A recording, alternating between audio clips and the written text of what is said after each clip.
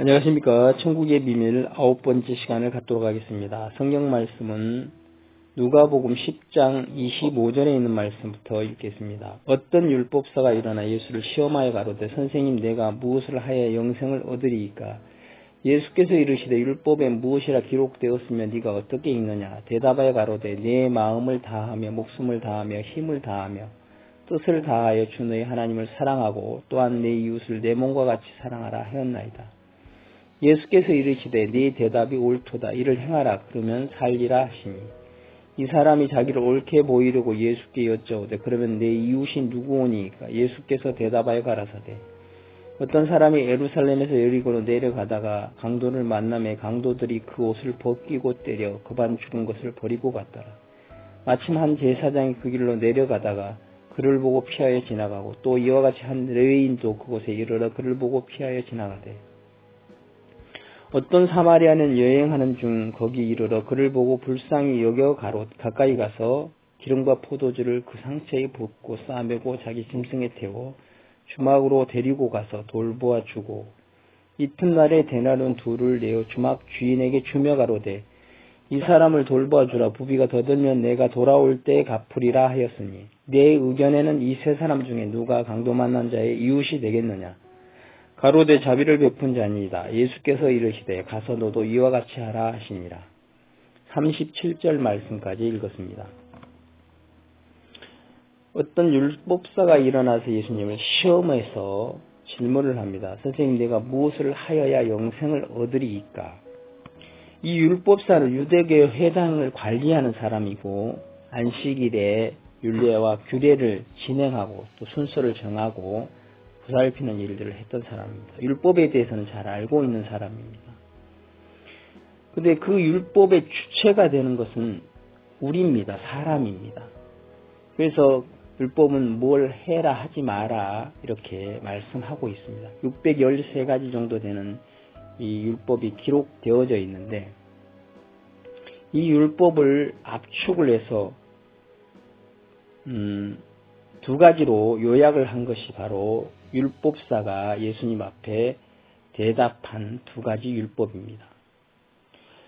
이 율법사가 예수님에게 무엇을 하여야 영생을 얻을 것이라고 생각을 하고 있는 것입니다. 그래서 내가 무엇을 하여야 영생을 얻으리까 이렇게 얘기하고 있는 것입니다. 그러나 성경에서는 영생은 요한복음 17장 3절에 기록된 말씀처럼 영생은 곧 유일하신 참 하나님과 그의 보내신 자 예수 그리스도를 아는 것이니이다. 예수 그리스도를 믿을 때에 영생을 얻게 되는 것입니다. 그런데 이 율법사의 초점은 율법을 행하는 자의 위치에 있었기 때문에 주체가 자기였기 때문에 무엇을 하여야 영생을 얻는다고 생각하고 이 질문을 예수님께 드린 것입니다. 예수님께서 그에게 율법에 무엇이라 기록되었으면 네가 어떻게 읽느냐 하고 다시 재반문을 하는 것입니다. 율법이 우리에게 비춰주고 요구하고 있는 것이 무엇이냐면은 우리가 영적인 눈이 감겨 있기 때문에 우리 속 사람을 볼 수가 없습니다.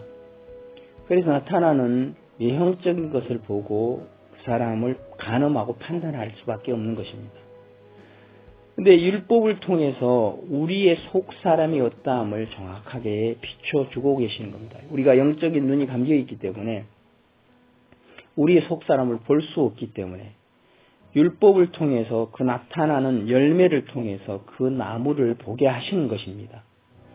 그래서 주님께서는 우리에게 나무도 좋고 실과도 좋다 하든지 나무도 좋지 않고 실과도 좋지 않다 하든지 하라고 말씀하십니다. 그 실과로 나무를 알 수 있기 때문에 그렇습니다. 마음에 쌓은 선에서 선한 것을 내고 마음에 쌓은 악에서 악을 낸다고 성경은 기록하고 있는 것입니다. 그래서 마음에 믿어진 것이 입으로 시인되어져 나오는 것입니다. 이 율법사가 예수님의 질문에 대하여서 이렇게 대답을 합니다. 내 마음을 다하며 목숨을 다하며 힘을 다하며 뜻을 다하여 주 너의 하나님을 사랑하고 또한 내 이웃을 내 몸같이 사랑하라 하였나이다. 이 두 가지 보면 최고한 율법의 압축물입니다. 예수께서 이르되 네 대답이 옳도다. 이를 행하라. 그러면 살리라. 이렇게 말씀하십니다. 율법의 최고한 법이 두 가지 법이고 이 두 가지 법을 그 율법사가 잘 알고 있었습니다. 613가지나 되는 많은 율법이 있지만은 이 율법사에게는 이 율법을 압축하여서 뽑아낸 이 두 가지 최고한 법 앞에 그가 그것을 얘기를 하고 있는 것입니다. 근데 주님께서는 네 대답이 옳도다, 이를 행하라, 그러면 살리라, 이렇게 말씀하십니다. 이 사람이 자기를 옳게 보이려고 예수께 여쭤도 그럼 내 이웃이 누구니까 이렇게 질문을 하는 것입니다. 그래서 그 예시로 예루살렘에서 여리고 내려가다가 강도 만난 자의 비유를 말씀하고 있는 것입니다. 내 마음을 다하며 목숨을 다하며 힘을 다하며 뜻을 다하여 주 너의 하나님을 사랑하고, 이 최고한 법을 우리가 지킬 수 있느냐는 겁니다. 내 마음을 다하며 목숨을 다하며 힘을 다하며, 이거는 우리가 할 수 없는 것입니다. 결코 되지 않는 것입니다. 또 내 이웃을 내 몸과 같이 사랑하라. 어떻게 내 이웃을 내 몸과 같이 사랑할 수가 있겠습니까? 내 몸도 내 몸을 사랑할 수 없는 사람인데 어떻게 내 이웃을 내 몸과 같이 사랑할 수가 있겠습니까? 이 두 가지 법은 우리가 할 수 없는 그러한 법이기 때문에 이 법을 통해서 우리의 속 사람이 어떠함을 정확하게 주님이 비춰주시길 원하셨던 것입니다. 그런데 이 율법사는 자기를 옳게 보이려고 예수께 여짜오되 그러면 내 이웃이 누구오니까 하고 질문을 던지는 것입니다. 예수님께서는 이 강도 만난 자를 통해서 제사장과 레위인과 사마리아인을 통해서 내 이웃이, 강도 만난 자의 이웃이 누구인지를 정확하게 가르쳐 주고 계시는 것입니다. 이 사마리아인은 강도 만난 자에게 가서 기름과 포도주를 그 상처에 붓고 싸매고 짐승에 태워 주막으로 데리고 가서 돌보아주고 이튿날에 데나리온 둘을 내어 주막 주인에게 주며 가로되 이 사람을 돌봐주라. 부비가 더 들면 내가 돌아올 때에 갚으리라 하였으니, 이렇게 말씀하고 있습니다. 이 사마리아인이 여행하는 중에 강도 만난 자를 만났습니다. 이미 먼저 제사장을 만났지만은 제사장은 그 강도 만난 자를 보고 피하여 지나갑니다. 또 레위인도 마찬가지로 그를 보고 피하여 지나가 버립니다. 율법이나 또 율법의 행위들은 우리를 건져낼 수 있는 것이 아닙니다. 그래서 율법으로는 의롭다 할 육체가 없다고 성경을 분명히 말씀하고 있는 것입니다. 아무리 선한 행위를 한다 한들 우리 영혼을 구원할 수는 없는 것입니다. 선한 사마리아인은 강도 만난 자의 이웃이고 또 예수 그리스도의 그림자입니다. 그를 보고 불쌍히 여겨 그에게 가까이 가서 기름과 포도주를 상처에 붓고 싸매고 짐승에 태워 주막으로 데려갑니다.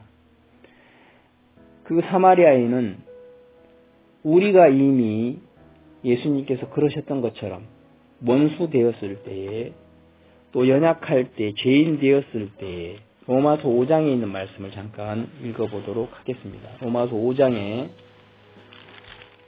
기록된 말씀을 한번 보도록 하겠습니다. 로마서 5장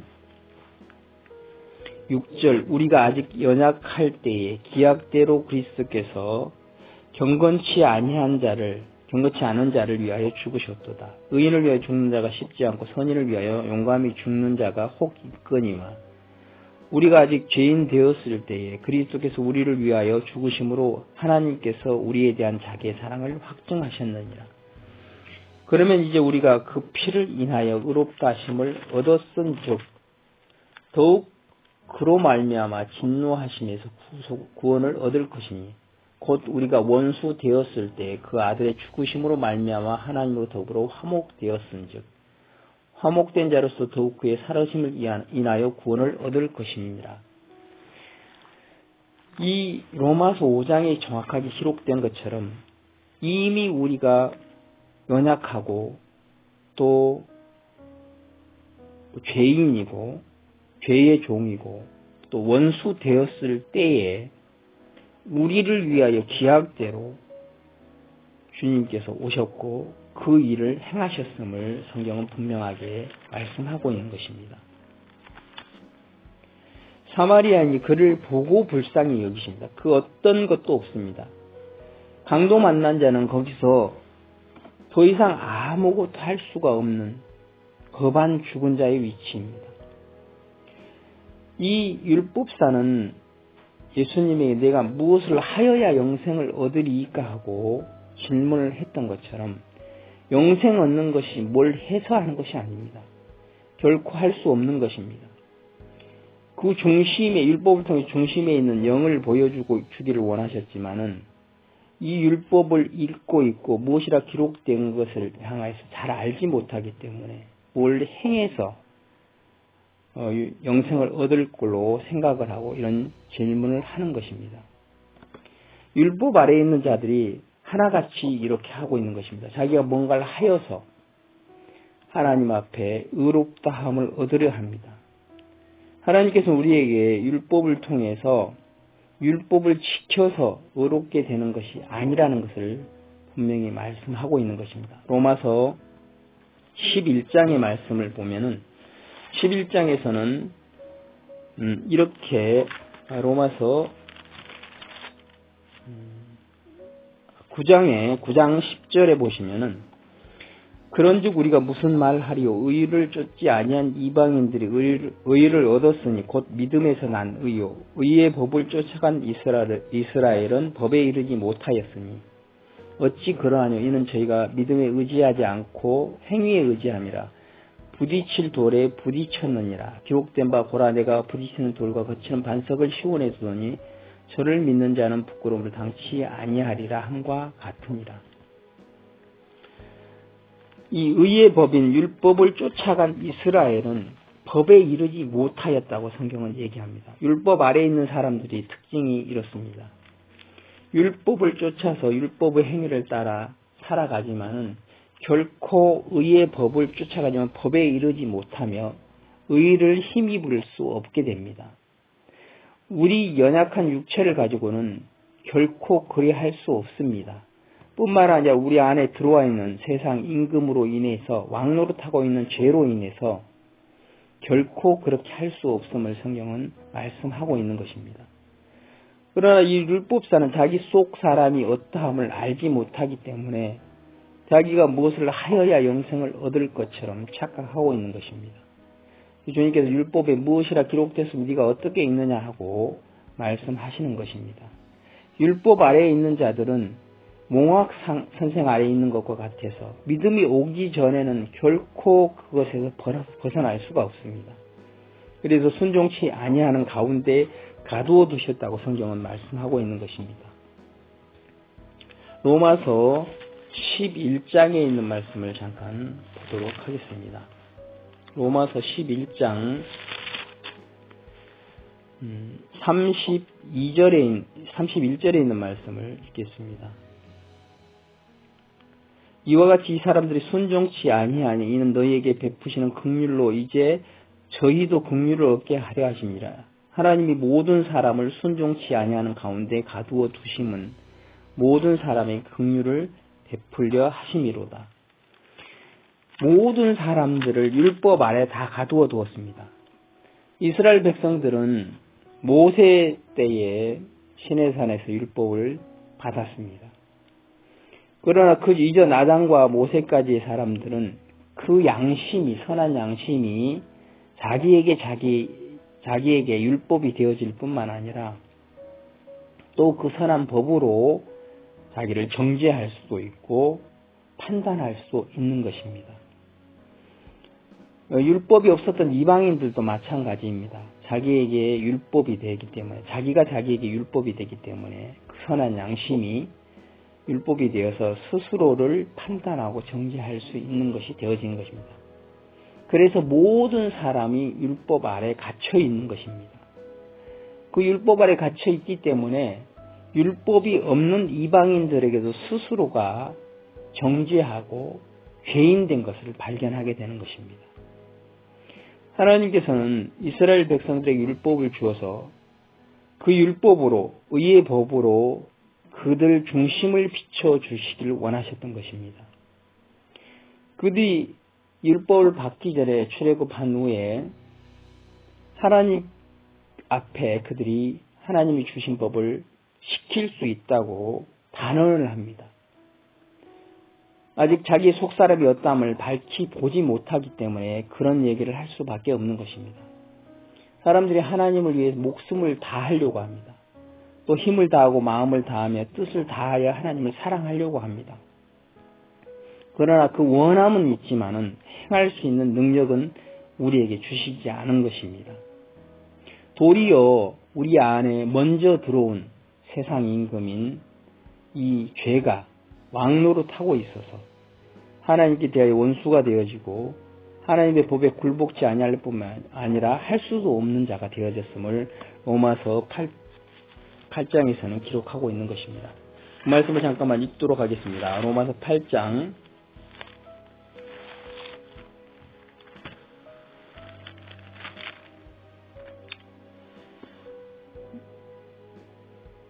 4절에 있는 말씀을 읽겠습니다. 육신을 쫓지 않고 그 영을 쫓아 행하는 우리에게 율법의 요구를 이루어지게 하려 하심이니라. 육신을 쫓는 자는 육신의 일을, 영을 쫓는 자는 영의 일을 생각하나니 육신의 생각은 사망이요 영의 생각은 생명과 평안이니라.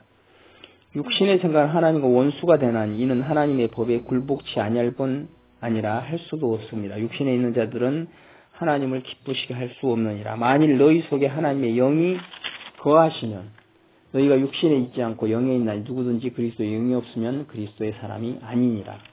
이 육신의 생각은 하나님의 법에 굴복할 수도 없을 뿐만 아니라 또 법을 굴복지 아니할 뿐만 아니라 할 수도 없음이라고 성경은 기록하고 있는 것입니다. 그래서 이 육신에 있는 자들이 속사람이 옛사람인 마귀에게서는 마귀 새끼로 있는데 어떻게 하나님의 법을 지킬 수가 있겠습니까? 하나님과 원수가 되는 그 생각을 품고 있는데, 그 마음을 품고 있는데 어떻게 하나님의 법에 굴복할 수 있으며 굴복할 수도 없고 굴복치도 아니하는 것을 성경은 분명하게 말씀하고 있는 것입니다. 내 마음을 다하며 목숨을 다하며 힘을 다하며 뜻을 다하여 주 너의 하나님을 사랑하고, 이것은 우리로서는 옛사람으로서는 결코 할 수 없는 법입니다.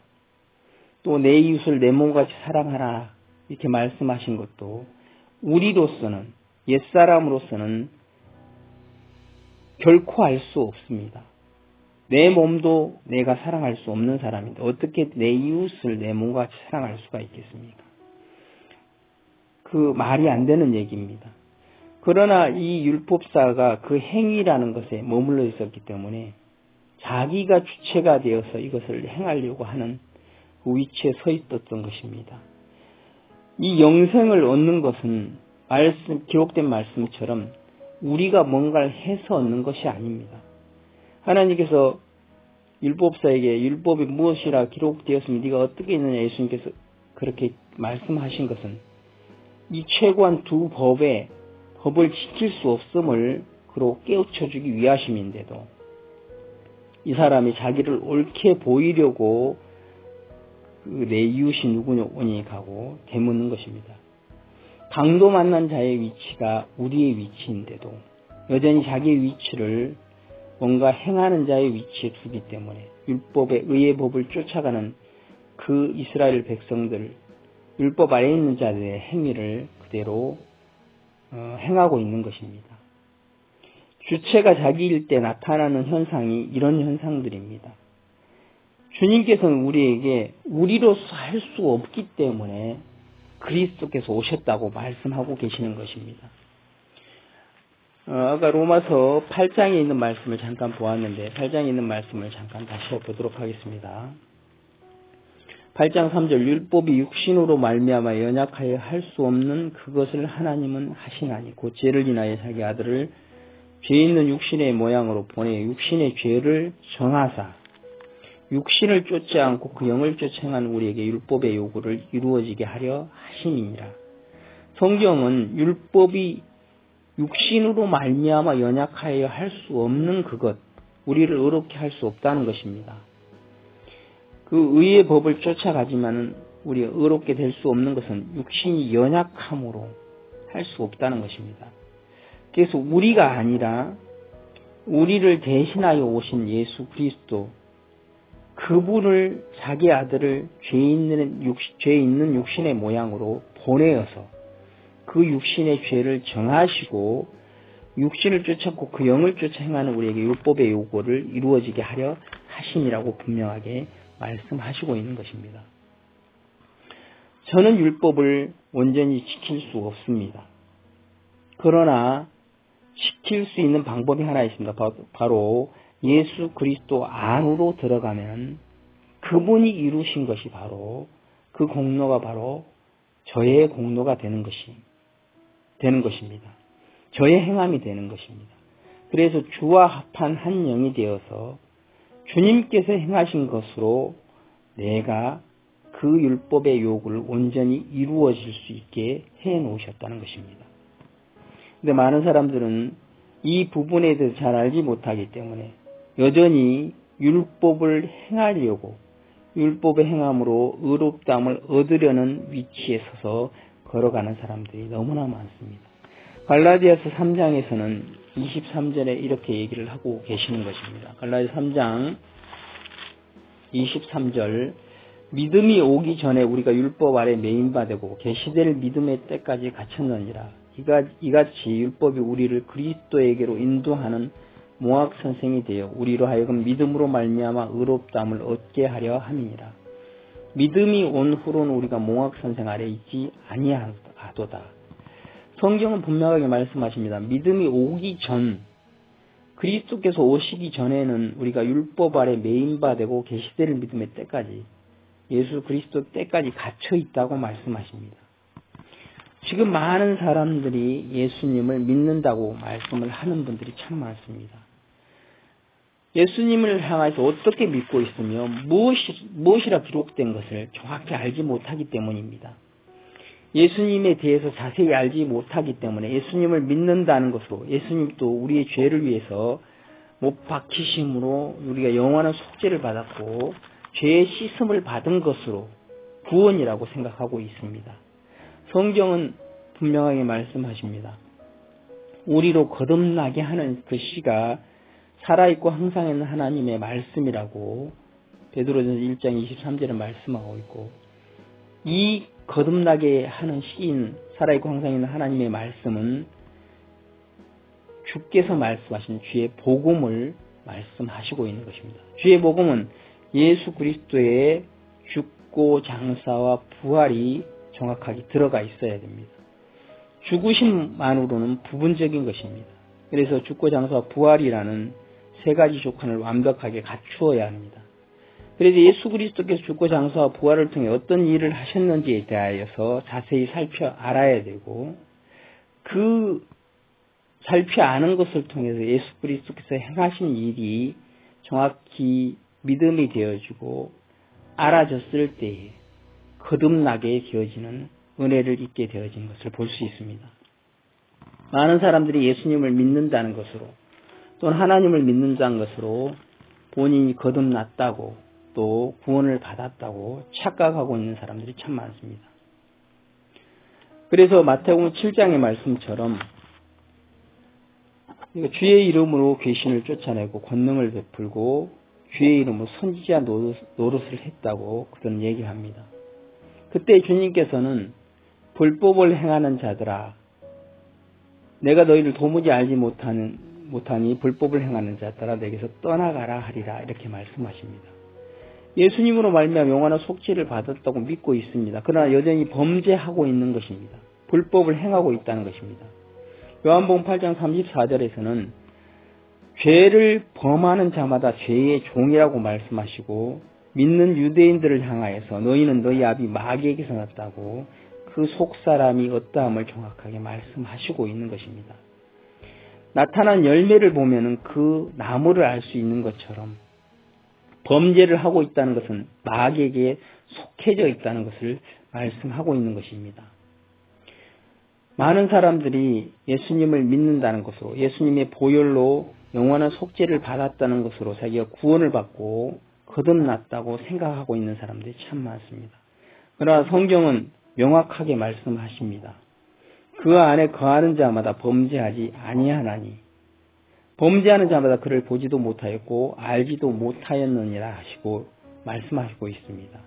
또 하나님께로 난 자마다 죄를 짓지 아니한다고 말씀하고 있고, 하나님의 자녀와 마귀의 자녀는 이로써 나타난다고 분명하게 말씀하시고 있는 것입니다. 주의 이름으로 귀신을 쫓아낸 자들이, 주의 이름으로 권능을 베풀었던 자들이, 주의 이름으로 선지자 노릇했던 자들이 주님 앞에 섰을 때 주님께서 그를 모른다고 하십니다. 지금 여러분들께서는, 이 말씀을 듣고 계시는 여러분들께서는 예수님을 믿는 분들일 것입니다. 또 하나님을 믿는다고 하시는 분들일 것입니다. 또 어떤 분들은 예수님의 보혈로 영원한 속죄를 받았다고 확신하고 있는 분들도 계실 것입니다. 그러나 성경에서 말씀하시고 있는 주의 말씀 앞에 자기를 시험하고 확증해야 될 것입니다. 그날에 가서 내가 너희를 도무지 알지 못하니 불법을 행하는 자다 내게서 떠나가라 하신다면 얼마나 억울하겠습니까? 성경은 분명하게 말씀하십니다. 죄를 짓는 자는 마귀에게 속했고 죄를 범하는 자마다 죄의 종이라고 말씀하시고 있습니다. 죄사함을 받아도 죄는 없다고 말을 하고 있는데 여전히 범죄하고 있다면 여전히 그 속 사람이 아직 거듭나지 못한 마귀에게서 난 마귀 새끼인 옛사람으로 살고 있다는 것입니다. 이 주의 복음을 정확하게 분명하게 들었다면 옛사람이 십자가에 못 박힘이 정확하게 보여집니다. 그래서 죄의 몸이 멸하여졌고 죄에서 벗어나서 예수님과 함께 장사되고 부활하실 때 살리심을 입어서 또 믿음으로 말미암아 구원을 얻고 거듭나게 되어지는 완벽한 진리를 만나게 될 것입니다. 반드시 새 생명을 얻게 될 것입니다.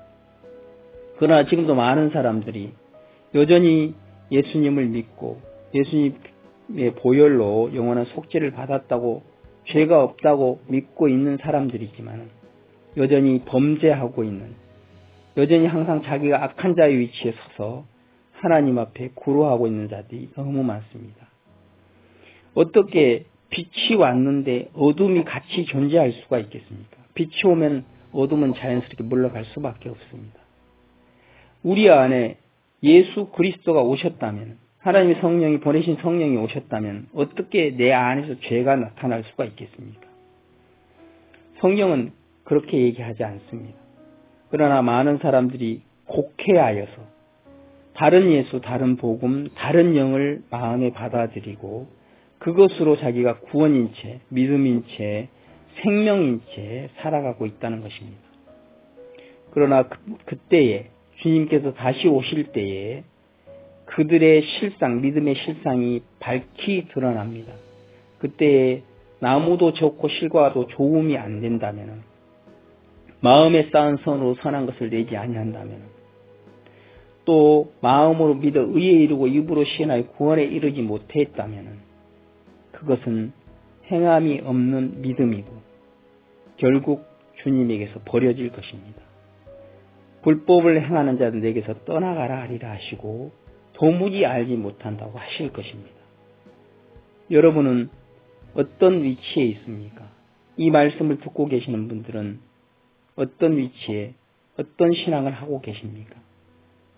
이 율법사가 율법에 무엇이라 기록되었으면 네가 어떻게 읽느냐 하신 예수님의 질문을 받을 때에 이 율법의 최고한 범위, 이 두 법을 얘기했습니다. 율법에 대해서는 잘 알고 있습니다. 그러나 그것이 자기에게 적용이 되지는 않습니다.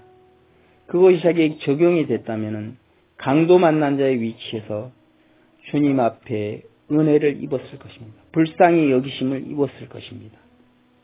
그리고 기름과 포도주로 그 상처에 붓고 싸매고 짐승에 태워 주막에 데리고 가서 돌봐주고 또 데나리온 둘을 내어 주막 주인에게 주면서 부비가 더 덜면 다시 오실 때에 갚으리라 하신 것처럼 하셨을 것입니다. 그러나 여러분의 마음은 어떻습니까? 예수 그리스도에 대해서 어떻게 알고 계십니까? 또 무엇이라고 기록되어져 있습니까? 이 부분이 명확하게 밝히 보여지게 되기를 참 바랍니다. 이것으로 9번째 시간을 마치도록 하겠습니다. 다음 시간에 또 여러분들 뵙게 되기를 바랍니다. 감사합니다.